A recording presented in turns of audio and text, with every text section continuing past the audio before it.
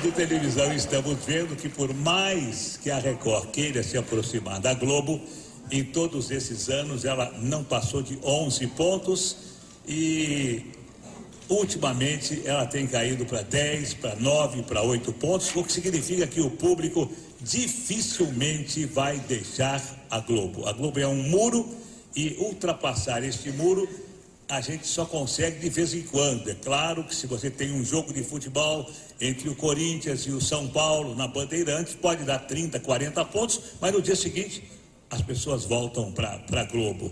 Enfim, a gente já sabe que lutar contra a Globo, na minha opinião, é impossível. É impossível. Alguns segredos do Silvio Santos, empresário, para nós, para mim, Gerson. Uma das coisas que não deve preocupar quem quer se meter em qualquer tipo de negócio é não se preocupar com os elogios ou com as críticas. Se você vai entrar em qualquer mercado, não importa que esse mercado tenha um líder e que você nunca possa se aproximar do líder, se você não sonhar alto, se você administrar bem a sua empresa com os pés no chão, não se preocupando nem com o primeiro colocado, nem com o segundo, nem com o último colocado, se você fizer aquilo que a sua intuição manda e usar bom senso, deixando de lado a vaidade, você tem todas as possibilidades de conseguir o seu objetivo. Não tenha dúvida.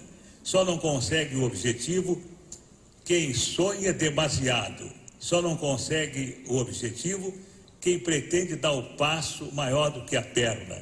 Só não consegue o objetivo quem acredita que as coisas são fáceis. Todas as coisas são difíceis. Todas as coisas têm que ser lutadas. E quando você consegue uma coisa fácil, desconfie, porque ela não é tão fácil quanto parece. Continue trabalhando, continue apostando na sua intuição, continue com os pés no chão e não se importe com o que a sua esposa fala, com o que os seus filhos falam, com o que os seus amigos falam, se importe com aquilo que você vive o seu dia a dia. Pelo menos foi assim que eu consegui, de camelô a ser banqueiro. A maior audiência histórica do SBT, se não me engano, foi na transmissão de um jogo de futebol em 1995, final da Copa do Brasil, Corinthians e Grêmio. E depois disso, o SBT nunca mais voltou a investir na transmissão esportiva. Por quê? Eu me lembro de um ano que eu tentei competir com a Globo e que a minha proposta tinha sido até um pouco melhor do que a da Globo. Mas aí me responderam de que a Globo tinha uma cláusula preferencial e que se ela cobrisse a minha proposta, ela ficaria com os direitos. E depois dessa data eu vi que qualquer tentativa de se trazer o futebol para outra emissora que não fosse da Globo seria uma tentativa que não daria resultado. Eu criei as minhas filhas porque eu sempre sonhei em ter no Brasil uma vida como os americanos têm nos Estados Unidos. Eu sempre achei que a melhor maneira de se viver é se viver como um cidadão de classe média. Tudo aquilo que passa de alguém que possa ter o suficiente para viver como um cidadão de classe média, na minha opinião, a malucada, como eu já disse a vocês, é troféu. O dinheiro, para mim, representa apenas troféus de sucesso, troféus de vitória.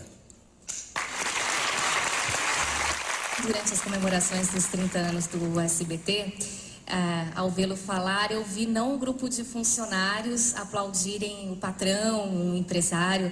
A sensação que eu tive foi um grupo de fãs aplaudindo e ouvindo um ídolo. Você, Silvio Santos, se enxerga assim? As pessoas trabalham para você e te adoram. Não, eu nunca me preocupei com isso e eu até me surpreendo com a minha popularidade. Não, verdade, eu me surpreendo porque nunca foi objetivo meu e as pessoas de imprensa sabem disso. Eu não dou entrevistas para os meus colegas, eu não vou a programas dos meus colegas porque eu acho que eu exerço a minha profissão. Eu faço aquilo que eu tenho que fazer como profissional. Se o SBT, se eu fosse funcionário do SBT, assim como... Bom, eu nunca fui funcionário, porque quando eu comecei na televisão, eu já alugava os meus horários. Mas se eu fui funcionário só da Rádio Nacional. Mas eu sempre fiz aquilo que me mandaram fazer. Então, hoje no SBT, eu faço o meu programa e posso garantir a vocês, embora vocês vão dar risada, eu sou voluntário. Eu não ganho absolutamente nada, verdade? Os dirigentes do SBT estão aí para que não me deixem mentir. O SBT não me paga absolutamente nada, nada. Eu ganhava 300 mil reais do Baú da Felicidade para fazer o programa do Baú. O Baú fechou, não me pagaram mais nada. Só quero agradecer a vocês terem vindo e terem escutado toda essa minha história, porque o livro que o Arlindo fez, um grande amigo meu, ele fez por conta própria, e eu fiquei muito contente, porque o livro que ele fez de mim fez com que ele tivesse uma velhice um pouco mais confortável. Venderam muitos livros, mas se tivesse que contar a minha história desde os 14 anos, quando eu comecei a minha vida de camelô, ou desde a escola pública, quando eu comecei a vender doces no recreio para ganhar doce, eu acho que dariam 3 ou 4 volumes. Então, vocês que vieram nesses 30 anos, eu só espero, dizendo com toda sinceridade, olhando para a minha vida, a sorte que eu tive, a saúde que eu tenho, a família que eu tenho, se vocês tiverem, e eu faço votos que tenham, vocês serão tão felizes quanto eu sou. Era a entrevista que eu queria ter.